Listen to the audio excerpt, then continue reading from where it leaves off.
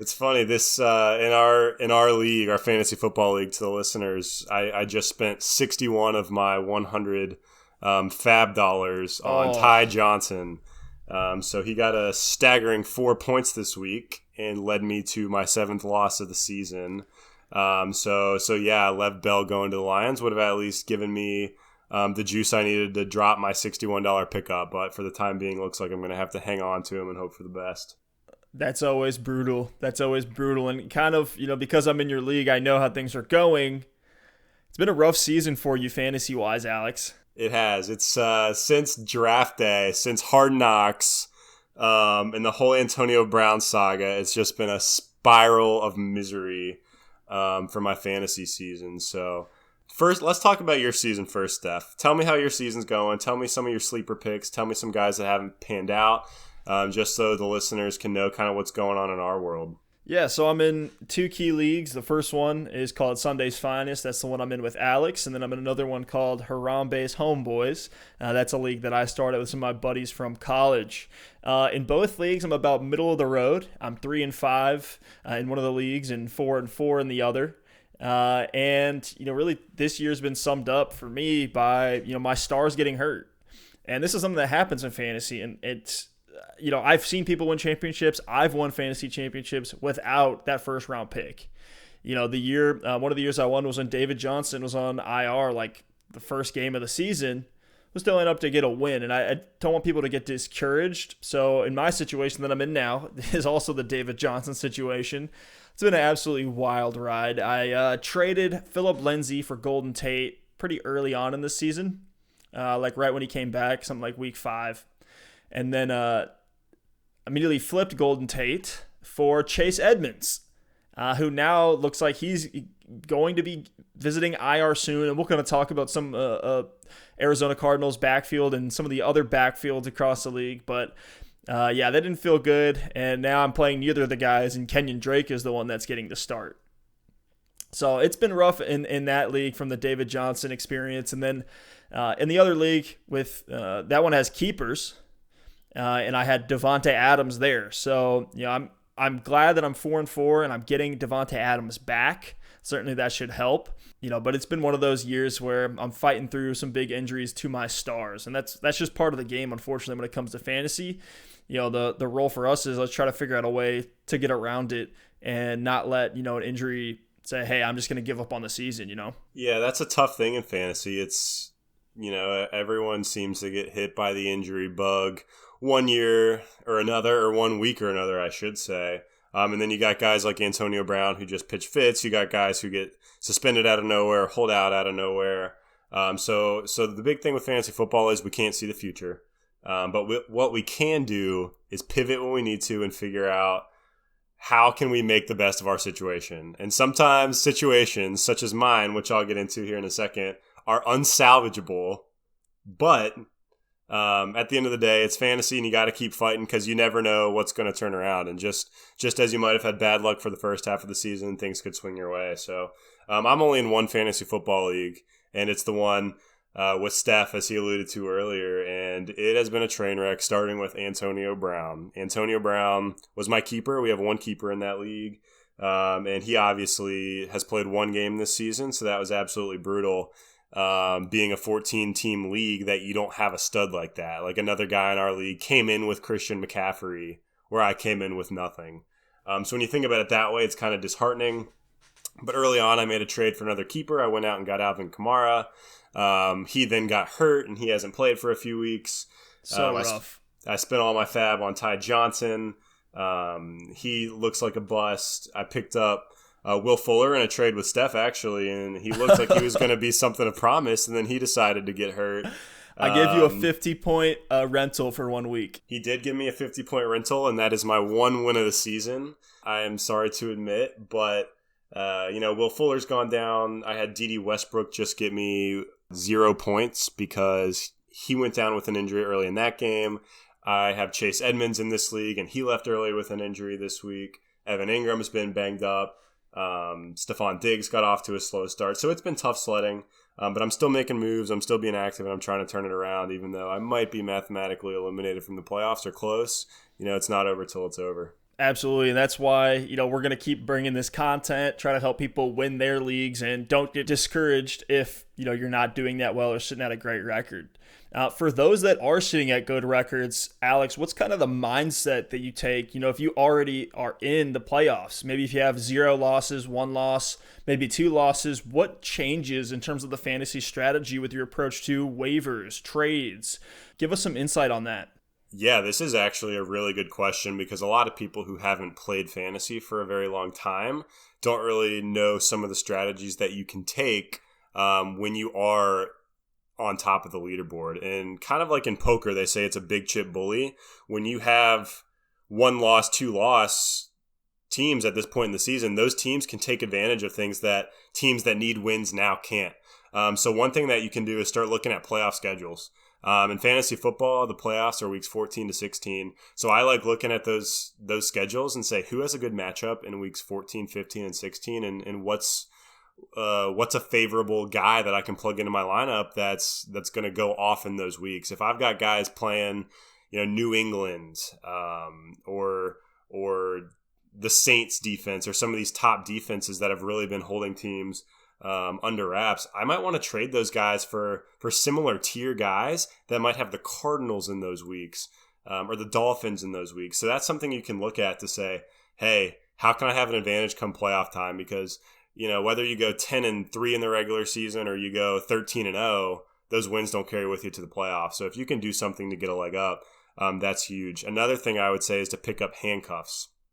Once you get into the playoffs, you're not really needing a guy on your bench that you can plug in and get 10 points during a bye week or 8 points during a bye week. You might have a guy like a Nyheim Hines who, he's a PPR guy and he might be able to get you 7 to 10 points if you're in a pinch. But come playoff time, that's not going to do you any good. What you want is to handcuff your star running backs just to make sure if something does happen, you have a guy that's going to be an impact player when they go down. So those are just two of my quick tips and tricks that I like to do, and I'm in a place of advantage heading into the playoffs to kind of solidify my team and solidify my bench to be very crisis avert. Exactly. It's like that the big chip bully mindset is a perfect way to do it. Even when you talk about going to trade talks, knowing that, hey, I have a better record right now, I'm not desperate to make any moves, can give you actually a huge leg up in those negotiations. And something else I would look for is, what are the teams that have bad records? What holes can they fill? And can you make those moves, whether it is for an easier schedule or to maybe move 2 lower end tier guys for 1 higher tier guy that also has a good schedule? Man, that's the perfect move. And, like Alex said, those aren't going to carry with you into the playoffs. Fantasy is all about just getting hot once you get into the playoffs. And one more quick thing about trading.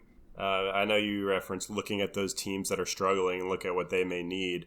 A big piece of trading in fantasy football isn't looking at what your team needs. It's going through other people's rosters and saying, where are they tilting? Where do they need help that they're going to give me more value than they should for this player? So, for example, if I need a receiver, I'm not going to go through and start offering for top receivers when, I might offer a running back to a team that already has running backs, or I might offer a tight end to a team that already has George Kittle for one of their star receivers. That's not going to get a trade done. What you have to do is look at other teams' holes, look at their weaknesses, and say, hey, this team has a guy on bye, and he's starting Jalen Richard at running back. Let me give him a mid-tier receiver and a plug-and-play running back like a Carlos Hyde and try to pick up a better receiver. So you kind of have to know the guys in your league and know what the other team's holes are to find their need, and then find a team that has a need that kind of meshes with what you're looking for. I love it. Now, on the flip side of that, what if it looks like you have a very, very slim shot in the playoffs? I think both of us can kind of speak to that right now. I'm kind of middle of the pack. You're more fighting your way out towards the bottom tier there. But in both cases, there's a different mindset than if you are sitting pretty with a nice record. I'd say the biggest difference when you have a very little shot of making the playoffs or no shot at all, obviously first thing to look at is keeper considerations. No, it's not fire sailing your team. It's not dropping any guys and ruining the integrity of your league. But, there are keeper considerations to make. So maybe if you don't have anybody on your roster right now, go grab A.J. Green if you believe he can pan out. Go see if you can grab Melvin Gordon now, thinking, maybe he has higher upside next year. I don't know. There's guys that you can always go grab thinking long-term if you are in a keeper league. But if you're not, now you're in a win-now mode. So to me, the first thing I'll typically do is be a little bit more aggressive on the waivers. Because when you are in win-now mode, you don't have that time to save up those fab dollars or save that priority for the next week. You got to win right now because the window to make the playoffs gets slim. So that's kind of the biggest thing is my approach to waivers is a little bit more aggressive. You might bet, let's say if you're putting down 10% typically on a defense that you might stream, why don't you go 20%? You're just in a position where you don't have a ton of leverage and you really got to be aggressive on the waivers. Alex, anything to add? Yeah, I think that's a great take on the keepers. That was the first thing on my list. If you're in a keeper league, it might be smart to package two strong starters together for a better keeper that you might not do otherwise. That's if you're mathematically eliminated from the playoffs. I think if you're not mathematically eliminated and there is still a chance you can make it, like you said, you got to go into win now mode. And I think one way to kind of get yourself a win or buy a win this week and then even looking to the next 2 or 3 weeks is being aggressive around bye weeks. If you've got guys that have a bye coming up next week or in 2 weeks and you have a chance to trade out that guy for someone who's already had their bye, you're picking up a week. And another little trick I like to do sometimes, and sometimes it's hard to work out depending on your league, but if I have a guy coming up on bye, say I have Stephon Diggs with a bye coming up here shortly in week 12, I'm going to look at who I'm playing in week 12 and try to trade them Stephon Diggs. Because not only am I picking up a week where I'm not on bye, but I'm giving them the bye week. So if you can pull off little tricks like that to maybe buy a week down the road, if you can get a similar tier player to a guy like Stephon Diggs, that's something that might help you squeak out a win here and there and just really be scrappy trying to make your way towards the playoffs. See, you can tell, in every fantasy league, there's always the trade guy. The guy who's always sending out offers, always trying to negotiate deals. In our league, that's Alex, and you can tell. You can tell when he gives you these takes. Those little mind games. I'm learning a little bit into the insights of some of these trades. You gotta be really sneaky out there, but there's little tips and tricks that can definitely give you an advantage like that. So let's switch gears a little bit here and talk about some of the messy backfields in the NFL right now, both fantasy-wise and for football-wise in general. And the first one I want to talk about, because they play tomorrow night on Halloween, is the Cardinals' backfield. They play the 49ers on Thursday Night Football. And let me give you some background here. So David Johnson, he's one of the top fantasy running backs and one of my personal favorite players in the NFL. Has been kind of dealing with some injuries over the last few weeks here, and his backup, Chase Edmonds, has absolutely blown up. He's taken his place and pretty much ran with it. He had 34 fantasy points the second week that he was named the starter after David Johnson went down. The man's been going bananas. But recently he was injured in the game as well on this most recent Sunday. So the Cardinals make a move pretty close to the trade deadline, or our pseudo-trade deadline, as they went out and got Kenyon Drake from the Miami Dolphins for, I believe it was a 4th-round pick. Let's talk about this first outside of fantasy context. I think it means one of 3 things. One, either Chase Edmonds or David Johnson is more injured than we think. 2, that Kenyon Drake may just be a guy that they cut or release after they get a few weeks out of him, or maybe even hold him until the offseason and try to trade him then. Or he's going to become another part of an already kind of messy backfield. So, Alex, what are your takes on that? The Cardinals, they're 3-4-1, and they're in a very, very tough division. It's not looking like it's a playoff year for them. I think if I'm the Cardinals, I'm not playing David Johnson until he's 100% healthy and ready to go. I'm not risking the health of a running back that I've already paid and is traditionally one of the best running backs in the NFL. Yeah, I think you kind of hit it on the head there. My first thought when I saw this trade to the Cardinals was David Johnson or Chase Edmonds is hurt far more than we think. And at this point, it wouldn't be a total surprise to see one or the other go on IR. And my second thought was, I think they really just needed a guy to fill out their roster. I mean, when you look at what's happened to this backfield, their third string running back, DJ Foster, is already on IR. Then you have David Johnson, who's a little banged up, so they bring in Zach Zinner and Alfred Morris just right off the street. Zach Zinner actually had just played for New Orleans the week prior. And I think once Edmonds went down, they're saying we're literally going to be playing Zach Zinner and Alfred Morris, who were sitting on their couches. I guess Zinner wasn't a week ago, but Morris was. And these guys are literally just journeymen in the NFL. They're like, we're stuck with these guys, or we can go bring in a guy to plug that gap until Johnson or Edmonds can get back. So I think them bringing in Drake was literally just to get a healthy body in there. It's an interesting move because I think of his playing style as being fairly similar to the DJ and Edmonds mold. He's a smaller he definitely guy. fits that mold. He's a smaller guy. He catches passes. He's very elusive, but he's never really had that bell cow role. Last year in Miami, he was actually very effective, but never got a ton of touches and never really got that bell cow role. So I think for the short term, Kenyon Drake is fine. I think he's an RB2. I would just temper expectations with him. I think he's fine to start. Obviously, he has a really tough matchup this week against San Francisco. And then next week he gets Tampa Bay. And then the following, he's at San Francisco. And by then, it's their bye in week 12. And after that, you'd think that DJ or Edmonds would be back. And once they come back, one or the other, I just think Drake is more of a handcuff. I think he might be a flex flyer, depending on how he performs with DJ and Edmonds out. But at this point, I'm trying to stay away from that backfield as much as I can. And if I have DJ, I just hope he's back soon. And I think once DJ comes back, he will return to that lion's share role in Arizona. Well, let's just hope neither of them end up on IR. And now I want to move over to the Green Bay backfield between Aaron Jones and Jamal Williams. Now, both of these guys kind of eat into each other's touches, but they're both fairly effective in different ways, especially Jamal Williams as of late, kind of moving from a low-end kind of flex running back.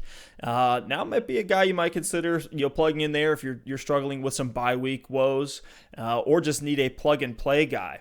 Looking at Aaron Jones, I mean, he's the number 3 running back fantasy points-wise on the season. 4 yards per attempt to Jamal Williams, 4.4. These guys are very similar stat-wise. But Aaron Jones obviously has a lot more in terms of stats because he has played every game, whereas Jamal Williams hasn't.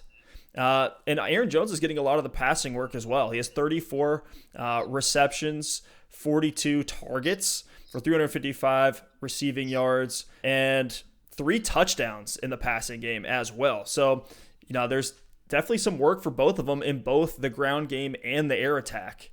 Now, looking at fantasy points per game, Aaron Jones is at 18.3 and Jamal Williams is at 9.2. So, obviously the better of the two fantasy-wise so far has been Aaron Jones, but how do you treat this in terms of fantasy? Yeah, I think if you have Aaron Jones, you're obviously starting him every week. He's clearly the number 1 back there in Green Bay. And he's been very effective for you this year. If you have Aaron Jones, you're very excited. I do think that both Aaron Jones and Jamal Williams will see some touchdown regression in upcoming weeks. I think they've really overperformed in the touchdown column with just Devontae Adams being out, all sorts of the other weapons being banged up, with MVS being banged up and Geronimo Allison being banged up. I think they've really had to rely on that run game and rely on Aaron Jones and Jamal Williams. So I expect those touchdown numbers to come down. Aaron Jones has had a 4-touchdown game this year. He's had a couple 2-touchdown games. And then Jamal Williams has 5 total touchdowns on the year as kind of that second fiddle. So I think those touchdown numbers are going to come down and you're not going to be quite as pleased. But I still think Aaron Jones is a serviceable RB1. And I think Jamal Williams is no more than a flex play at this point. I think the usage in the passing game will come down as Devontae Adams comes back and starts eating into those targets. But right now, with both Aaron Jones and Jamal Williams, I think you're pretty happy. And I think it actually might be an opportunity to sell high depending on what we hear from Devontae Adams and his availability in the coming weeks on both of those guys. The LA Chargers are 1-3 since Melvin Gordon has returned from holding out. But the story of the year really has been Austin Eckler. Fantasy points on the season, he's sitting at number 4 in terms of running backs. He's been absolutely dominating, and I have him in 2 of my 2 leagues. So he's been a great guy to really plug and play. It was part of the reason I got more wins earlier than the season than I did later, certainly. But, even if looking at these guys' stats, I mean, Austin Eckler is pretty much leading in every category. Surprisingly, even in yards per attempt. Melvin Gordon, since his return, is only averaging 2.5 yards per attempt, and Austin Eckler's at 3.5. So neither these guys are where you would love to see on the ground. And we kind of think as Melvin Gordon being that, close to 5 yards per attempt type of guy. He's your more goal line style back, a little bit more of a bruiser who can catch the ball as well. Whereas we think of Eckler as more of that, scat back. But he's actually been dominating in both the air and ground game, at least compared to Melvin Gordon. Now, I do think this is a bit of a slow start for Melvin Gordon. He just needs to get the wheels turning a little bit and get some of that rust off. That's part of the downside from holding out is, you aren't in training camp. You aren't in those preseason games and getting a lot of that rust off from the offseason. Do you think that's the case here, Alex? And in terms of if you're the Chargers GM right now, what's kind of your mindset around this backfield and these 2 guys? Yeah, it's an interesting situation. And if I'm the Chargers GM, I'm still waiting and seeing and waiting for Melvin Gordon to prove that he's worth that deal that he wants.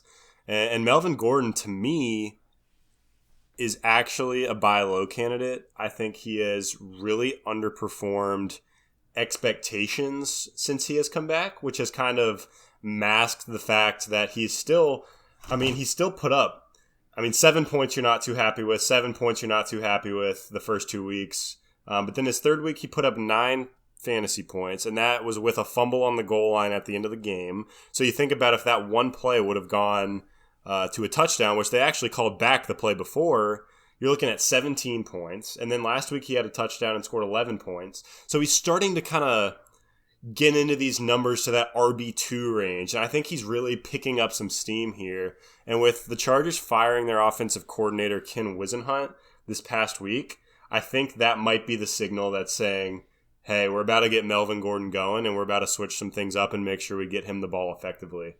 So I think Melvin Gordon's a good buy low candidate. I expect him to be an RB1 from now on through the rest of the year. And then with Austin Eckler, I think he's still going to be fine. As a PPR, RB2 or a flex option. Just because when we saw Melvin Gordon come back, here's the 4 weeks that Eckler's put up in PPR since Melvin Gordon came back. He had 22 on 15 catches. It literally looks like a glitch on my app. 15 catches. So 22 points. Then he had 5 points. You're not too happy with that. But then he had 25 points and 10 points. And almost all of these fantasy points came through the air.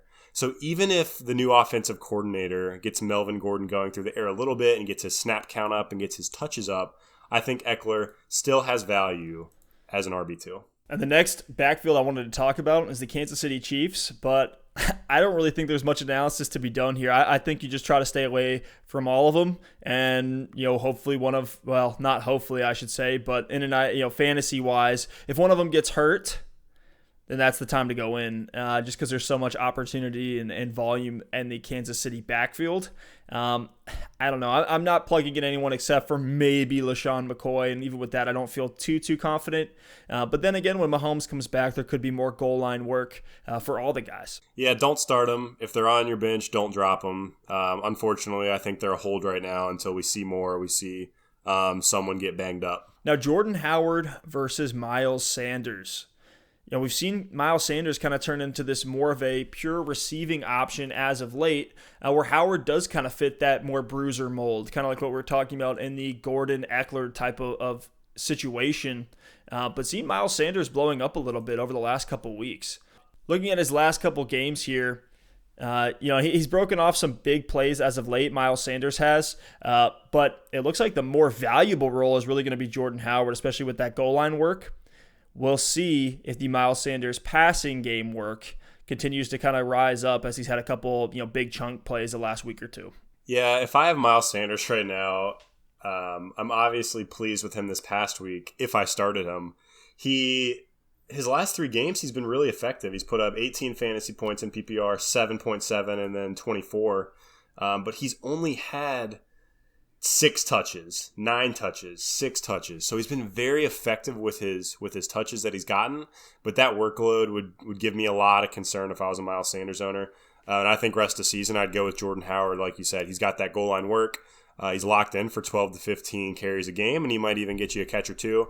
And to me, I just trust that Jordan Howard role a little bit more right now. If I have Myles Sanders, I'm just holding on a little bit longer to see if maybe his touches increase as he moves on here in his rookie season. Now, playing through 8 weeks in the fantasy football 2019 season, I think at this point, we're halfway through. I think there's a few obvious buy low players right now. We just mentioned Melvin Gordon. He's certainly one of those. I agree with everything Alex said earlier. I think that could be a great pickup, especially with the change of OC.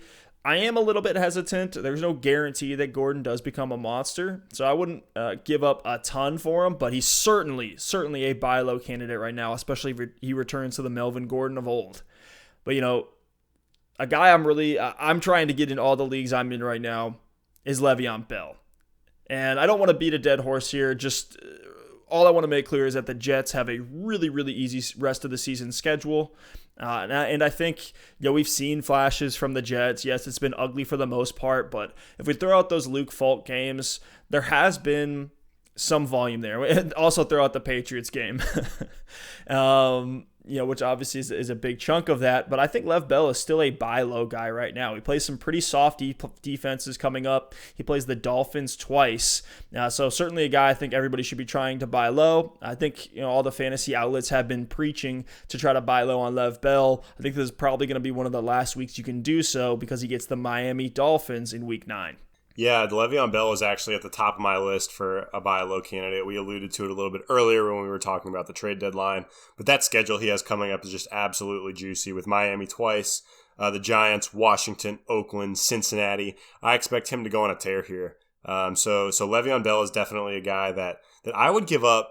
I would give up some pretty strong running backs for Le'Veon Bell. I'd give up a guy like Phillip Lindsay, who's the RB11 so far. I'd give up Mark Ingram, who's obviously scored a lot of touchdowns. Those are kind of the guys in the tier that I'd be willing to give up for a workhorse like Le'Veon.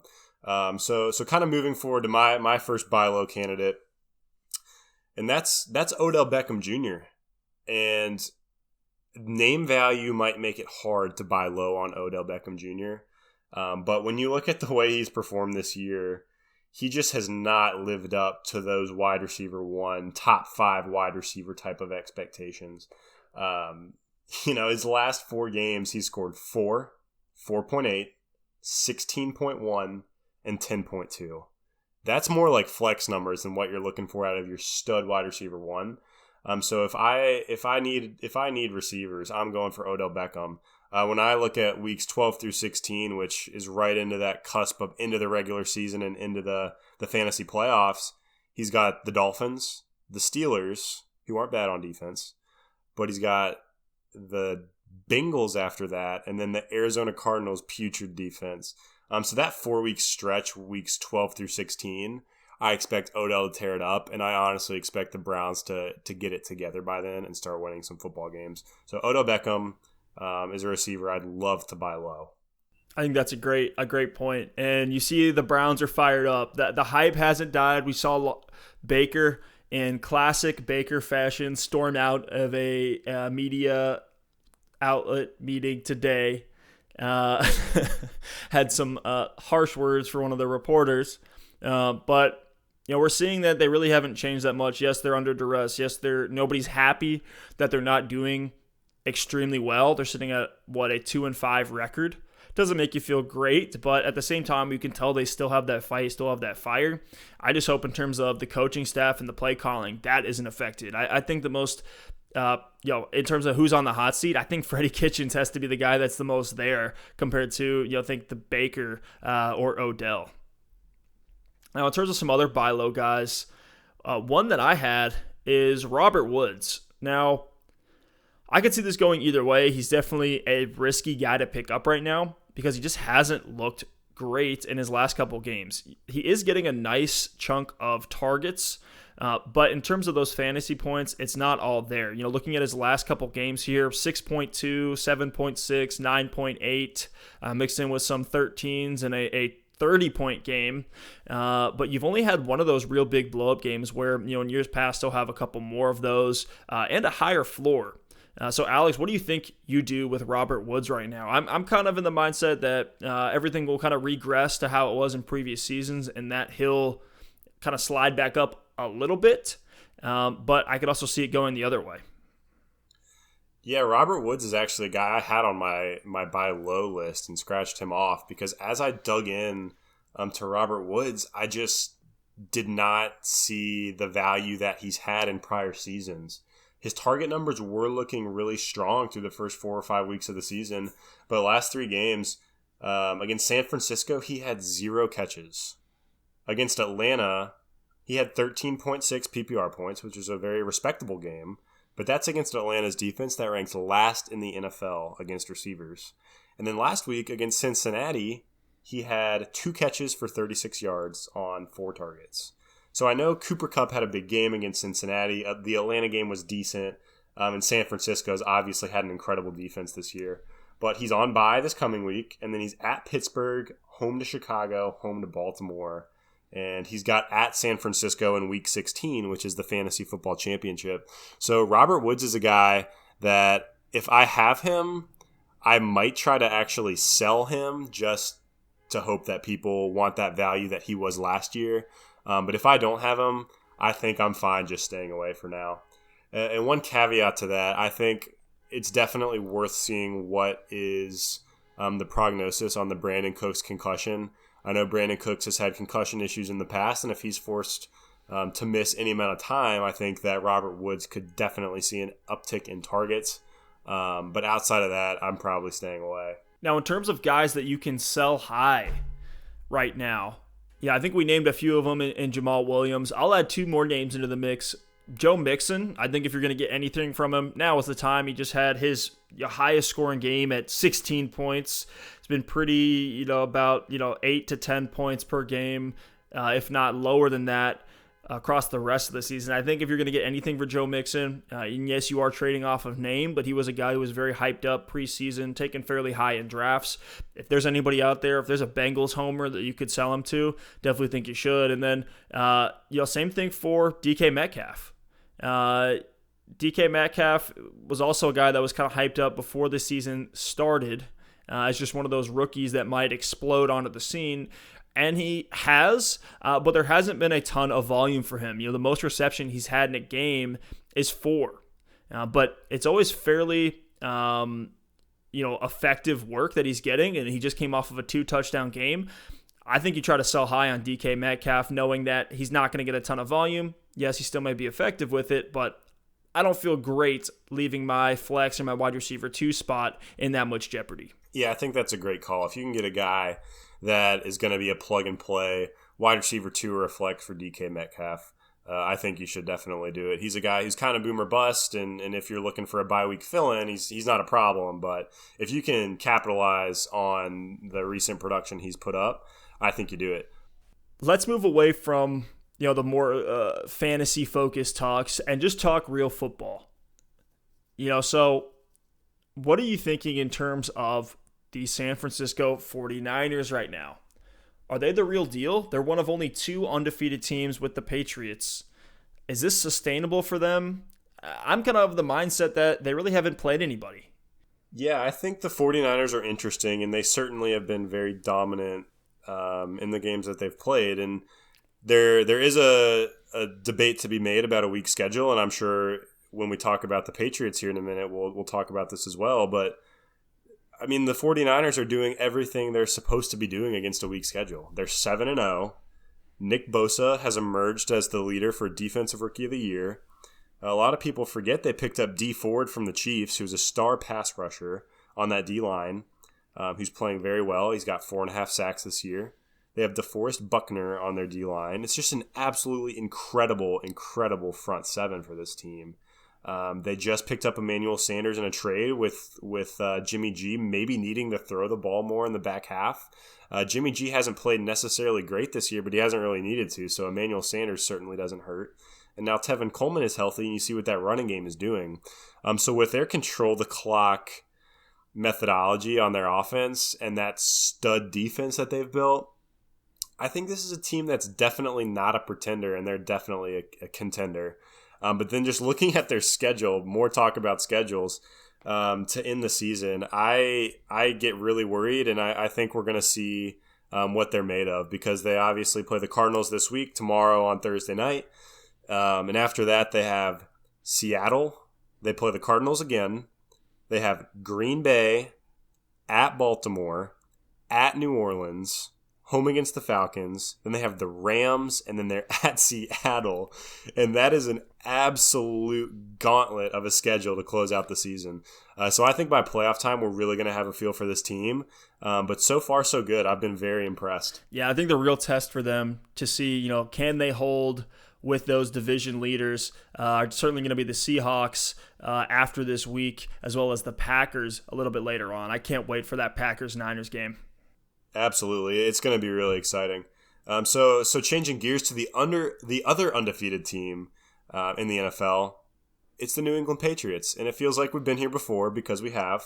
So, Steph, do you think the Patriots are the real deal, or have they been blessed by their schedule to start the year? I think they are the real deal, and they have been blessed by their schedule. We're never going to say that in the Brady Belichick era that they're not a contender. Even if they were 500 right now, I'd probably still say they have a very, very good chance of making it at least into the playoffs, if not making a deep run in the playoffs. I think a real test for them will actually be coming up here in Week 9. They play the Ravens at Baltimore on Sunday Night Football. I think that's going to be a heck of a game. It's also going to be a heck of a test for their defense. And for the Ravens side of the ball, we're going to learn a lot about the Ravens as well. That's probably my number one game I'm most excited for this weekend. But I do think the Patriots are legit. Stephon Gilmore, man, he's absolutely dominating. What more can you say about him? And yes, they have had an easy schedule. They beat the Dolphins 43-0 in week 2. And they really haven't played against a single team with a winning record except for the Bills. And that was a game where they really weren't able to do much offensively. Yes, the Bills have a great defense. Final score was 16-10. So I do think, the Patriots are not unstoppable, but I do think, they are the real deal. And, when you're undefeated, there is kind of a level of swagger and confidence that you're going to bring to games, which can actually make teams play a heck of a lot better. It can really unite them as, hey, we have all this momentum. Everyone's feeling good. It's more enjoyable to come to practice and sit in the meetings. So I think it's a little bit of both. But of course, they're a contender, and they might be a Super Bowl champion this year. We'll see. Yeah, Steph, I've got to agree with you there. I think obviously their schedule's been weak, but this is the New England Patriots. If this was a different team, there might be cause for concern. But the Patriots are just an absolute juggernaut in this era of football. And, to see them, it's kind of like what we said with the 49ers. What can you expect? They've done what they're supposed to do, regardless of who they were playing against. So really quickly, I want to do a little guessing game with you. I've got 3 questions on the New England Patriots, and I want you to give me an over or an under. So, the Patriots are 8-0 this season. How many games have their 8 opponents combined to win? Is it over or under 16? Well, knowing that 2 of those weeks was the Jets, I'm going to say the under. This is the under. Their opponents are a combined 15-43, a 26% win percentage. Unbelievable. So moving on, great job there. You're 1 for 1. Next, I'm going to ask you about the average margin of victory. Is the Patriots' average margin of victory through their first 8 games over or under 21 points? That's 3 touchdowns. I'm going to say they're winning these games by less than 3 touchdowns. So I'm going to take the under. Their average margin of victory is 24 points through 8 games. Unbelievable. So when we talk about are they doing what they're supposed to do against weak opponents, obviously they are. So third and final question. Their next 5 opponents, is their next 5 opponents win percentage over or under 60%? Whew. Well, based on how things have gone so far this season, and we know for whatever reason it is, probably blame Goodell for this one. They're just giving the Patriots an easy schedule. So I'm going to say the pattern that we've seen does hold. I know they have some good games coming up. They do play the Chiefs here in a little bit, and obviously the Ravens this weekend. But I'm going to say the under. Thankfully, it's the over. Thankfully, you were wrong on this one. Their next 5 games are at Baltimore, at the 4-4 Eagles. They're home against the 4-3 Cowboys. They're at the 5-3 Texans, and then they're home against the 5-3 Chiefs, with Mahomes likely to be back. So the combined win percentage of their next 5 opponents is 61%, and they have some real tests in there. And I think they're going to lose 2 of those games. I think they're going to end up. They're 8-0 now. They'll be 11-2, which obviously they're still going to be in the driver's seat for that 1 seed in the AFC. But I think we do see them struggle in a game or 2 coming up. Yeah, it'll be really interesting to see. Do you have the Patriots in your Super Bowl? Who's in your Super Bowl right now? It's tough not to have the Patriots in the Super Bowl. I felt silly putting anyone else there. I think there's some good contenders in the AFC. Obviously, if Mahomes gets back to 100%, I think the Chiefs are in there. I think the Colts look awesome right now. Obviously, the Ravens, we're going to get a little preview this week to see if they might be able to dethrone the Patriots. But it just felt wrong not to put the Patriots in there with how dominant they've been. I've got the Patriots and the Saints right now in the Super Bowl. But I think there is definitely some competition there for New England in the AFC. And if it's Patriots versus the field in the AFC, I'm probably taking the field. What about you, Steph? Interesting. Yeah, I'm right there with you. Patriots have to be in the Super Bowl. My dark horse is the Colts. I do believe in the Colts. I think they're legit, and I believe in their organization as a whole, their front office, their defense, and Jacoby Brissette. I just love every part of the Colts right now. I think everybody's kind of rallying behind Indianapolis after the Andrew Luck situation, but I'm definitely on that bandwagon 100%. So I think it'll probably be the Patriots, but I hope it's the Colts. And, if I had to pick a team in the NFC right now, for me, it's between the Packers and the 49ers. I just think the Packers they have the best defense I think they've had since Rodgers has been there, at least in a while. And kind of the formula to winning a Super Bowl is having a dominant defense. Yes, you can be a shootout type team, but eventually that will come to a stop as teams learn, adapt, and you play more difficult defenses with more athletic players and better personnel. So I don't know. I still think I'm going to go with the Packers if I had to pick one. Obviously, the Saints are in there as well, but I'm saying right now, if I had to pick today and bet money on it, I would say Patriots versus the Packers in the Super Bowl. As a lifelong Colts fan, it is music to my ears that you think they're serious contenders. I wanted to make sure it wasn't just bias, but obviously that would be an awesome Super Bowl. That would be an awesome Super Bowl to have for us here this year. Hopefully, it would be a higher score than 14-3. So more on the Colts. The Colts do not have one of these gunslinger quarterbacks. Obviously, Jacoby Brissette has played great this year, but he's not the same as an Andrew Luck. Do you think you need a gunslinger quarterback to compete and to win a Super Bowl? I think it definitely helps, but I think time and time again, really the formula we see for a Super Bowl winning team is a strong defense and a game manager quarterback who can be clutch in those tough moments. So even looking over the last 10 years here, in 2019, Brady went 21 for 35 for 262 passing yards, 0 touchdowns, and 1 interception. He's essentially a game manager. He didn't lose him the game. Even though he did throw 1 pick, they still ended up winning that game. But even with that said, let's say that one was a low-scoring game. It was the lowest-scoring Super Bowl ever, so let's just discount that one. Let's look at some other ones over the last 10 years here. We saw Manning win one in 2016, throwing 13 for 23, 141 yards, 0 touchdowns, and 1 interception. So those aren't crazy, wild gunslinger games. And a lot of these games as well, the quarterback on the other side of the ball has had similar stats. I think 2014, Russell Wilson only threw for a little over 200 yards, but did have a very good completion percentage.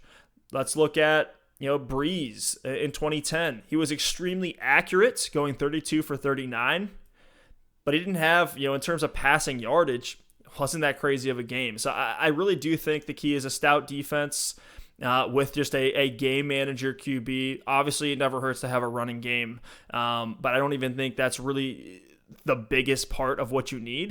You just need a quarterback that's not going to turn the ball over and can clutch it out. And I think Jacoby Brissette really does fit that mold. It's been amazing to see his progression over the last, really since the season started, even comparing to 2016 when Andrew Luck, or it might have been 2017, sorry, when Andrew Luck didn't play a single snap all year. We got to see kind of a glimpse of what Jacoby Brissette could do. But I think a lot of people extrapolated that, hey, this guy's been in the league for a couple of years and hasn't gotten any better. We've certainly seen that is not the case. I think Jacoby is playing very, very well. Yeah, I think that's a great point, and I think that history over the past 10 years has kind of given us the blueprint for what it takes to win a Super Bowl. And obviously having a gunslinger quarterback that's going to go out there and throw 400 yards and 4 touchdowns in the Super Bowl is great. But recent Super Bowls and seasons have showed us you really don't need that to happen. So with Jacoby specifically, he's obviously had a great season. He's got 14 passing touchdowns to 3 interceptions. So he's proven that he can make good decisions, manage the game, and be a leader on this team. But one thing that I was worried about as a Colts fan was, can he make a big play when it's needed? And I think this week against Denver, it was obviously an ugly game, but he was in the end zone with a defender on his back, shook him off, scrambled out, and threw a 30-yard dime to T.Y. Hilton on the sideline. Got us into field goal range to kick that game-winning 51-yard field goal from the GOAT himself, Adam Vinatieri. And to me, that was a huge moment for this Colts team to say, hey, we can fight against adversity. We can give Jacoby the ball in a 2-minute drill when we need 3 points or we need a touchdown, and he can go get it. So that was really reassuring as a Colts fan and for this Colts team to say, hey, our guy can do it. And a little fact about the Colts this year, every single game they've played, they're 5-2. Every game has been a one-possession game. So when you talk about a team learning to win close ball games and learning to close games out and learning how to come back in football games, this Colts team is doing it every single week. So they're in competitive games, and Jacoby Brissette is learning how to lead this team through really tough situations. So I think the Colts are going to continue to grow, and they've got a good schedule coming up here with, they've got Miami coming up soon. They've got the Steelers on the schedule. And then, they've obviously got Jacksonville in the division and Houston in the division, who both look really solid. So it'll be interesting to see how this Colts team develops through the season. But right now they look like the front runners in the AFC South. The Colts figured out really the blueprint to how to beat the Chiefs. It was just gorgeous to watch. It's been one of my favorite games this season was that Colts-Chiefs matchup on Sunday Night Football. I think they're the real deal. Definitely a contender. Absolutely. So Steph, let's fast forward to this weekend. What games are you looking out for? What's getting you excited? And what are you looking to see? Certainly the Patriots at the Ravens is the game everybody's looking forward to this weekend. For me, what I view this as is the true test of how legitimate Lamar Jackson is. We've kind of lived under these memes saying that he can't throw or that he's a running back playing quarterback or a wide receiver playing quarterback. It's just not true. If you actually watch the guy play, right away you would tell that anyone who's saying that or is reporting that certainly hasn't actually watched the film. Lamar Jackson is making incredible throws and is looking like he's going to break all the rushing records in the NFL. He's coming in pretty closely on Michael Vick's rushing yards records for a quarterback right now this season. So I think that's going to be the true test for him. And then also on the other side of the ball, I think it'll be a decent test for the Patriots. Hopefully, this doesn't turn into a more defensive style game, which I could certainly see it being, especially if the Ravens are having trouble moving the ball. We have seen that the Patriots aren't always the most explosive offense. I hope it doesn't become more of a defensive matchup. I hope it does side a little more like a shootout, but certainly the game I'm most excited for. The Patriots are only 3-point favorites in this game, and the over-under at 44.5 points. It's obviously the one that I think everyone has circled for this weekend. And I really believe that if Lamar Jackson comes out and is able to beat the New England Patriots, not saying that I necessarily predict that to happen, but if he is able to do that, I think Lamar Jackson, even in a mediocre game, becomes the front runner for MVP.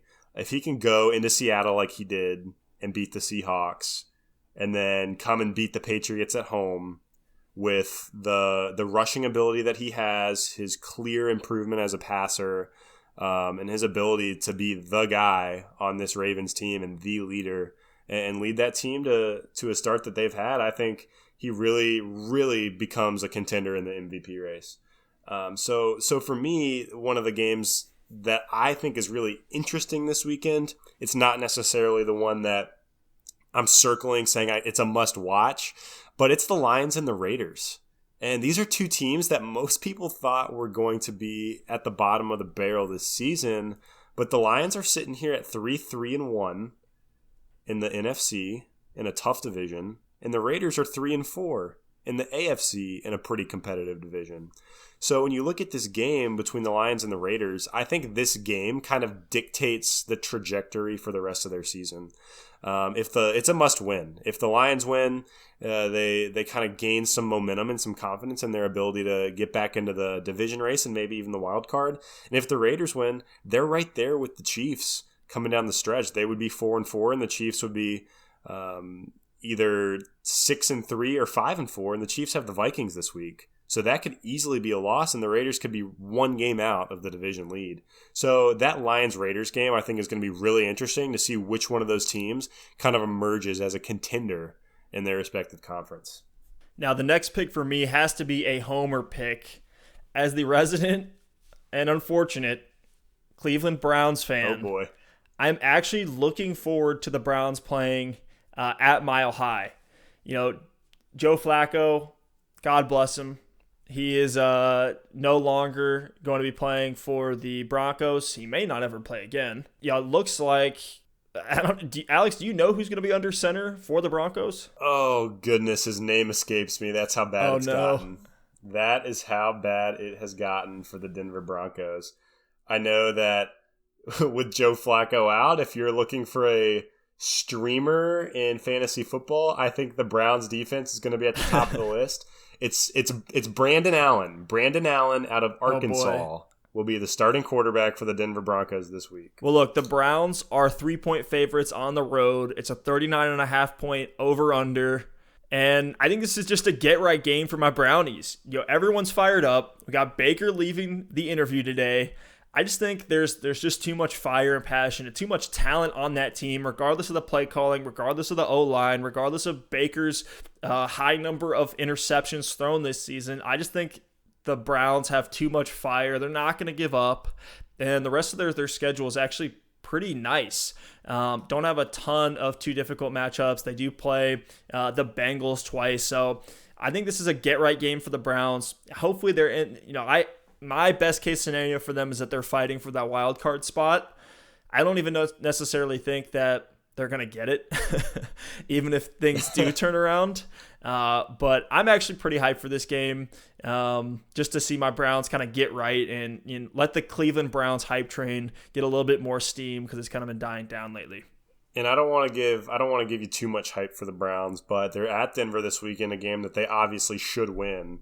They're home against Buffalo next week in a game that obviously Buffalo's been impressive, but they have also had a very light schedule like the Patriots. So if they can win at home against Buffalo, they're home against Pittsburgh, home against Miami, at Pittsburgh, home against the Bengals, at the Cardinals, home against the Ravens, and at the Bengals. So you look at their last 9 games, and the only game that really scares you is the Ravens and maybe the Bills. So they have a chance to maybe make a run here at the end of the season. And this might be that game they need to get back on track and work on some things they need to work on. Yeah, and you mentioned the Ravens there. They've already beaten the Ravens on the road before. They actually beat the brakes off them. I knew you were actually at that game. Final score on that was 40-25. So, it's kind of like, hey, what's the most difficult in-division matchup that they're going to have? It's probably going to be Ravens at Baltimore, and they've already won that game. I think that should give them some confidence, at least for the AFC North. Absolutely. And we'll see if they can get it going this week against Denver. My last game to look forward to is the Chiefs and the Vikings. The Chiefs are sitting at 5-3. The Vikings are sitting at 6-2. And I think this is going to be a really interesting game, and I think it's one that the Chiefs kind of need. And it's one that I don't know if they can get. Patrick Mahomes has been rumored to be back as early as this week. He'll be practicing, but it's unlikely he plays. The original diagnosis was 3 weeks, so he might miss next week as well. And like we talked about earlier, the Raiders are right on their heels in that division. So I think this Chiefs-Vikings game is going to be one that's really, really, really exciting. Matt Moore has proven that he's a capable fill-in for Patrick Mahomes. Andy Reid obviously has a very creative mind to utilize him and those other weapons like Tyreek Hill and Travis Kelce and those running backs as well as he can. And then I think the Vikings are really coming on now that they've decided to throw the ball. The first couple games, obviously, they went run heavy, and now they're proving that they can do both. They can do a very, very, very even run-pass split and still be effective. Kirk Cousins is on one of the best tears of his career over the past 4 or 5 games throwing the ball. So I think against this Chiefs defense, Kirk Cousins is going to have yet another really strong game. So it's just going to be interesting to see who wins this one. The Vikings are obviously in that division race with the Packers, and I think both teams really, really want this win. The last game I'll add to look forward to is the one in London. So Sunday morning when you're getting your coffee, getting your day started, go ahead and flip on that Texans at Jaguars game in London. Texans are 2.5-point favorites, technically on the road, even though both teams are on the road here. It's a 47-point over-under, so Vegas has this fairly decent scoring game. And just like in that Lions versus Raiders matchup, the Texans and Jags are both fighting in the AFC South as well. So I think that could be another interesting one to watch. I don't think it'll be as much of a shootout as we think. Plus, those London games can just be kind of weird for everybody, both the players and the spectators. But I think that could be an interesting one to watch as well. And to add to that, nothing better than waking up and flipping on your TV and having a game on. So shout out to those London games. Yeah, you really can't complain too much. I know everybody complains about them, but I'm not too mad. I'm more of an early riser, so I'm not too mad if I'm first thing in the morning. Go ahead and put some football on. I feel for the West Coast. I mean, 6:30 might be a little early, but if you're a true football fan, that's nothing. So. If you're on the West Coast, get up, get yourself a cup of coffee, and enjoy a good game. Well, Alex, I think that wraps up most of our first episode here for Air Raid Sports.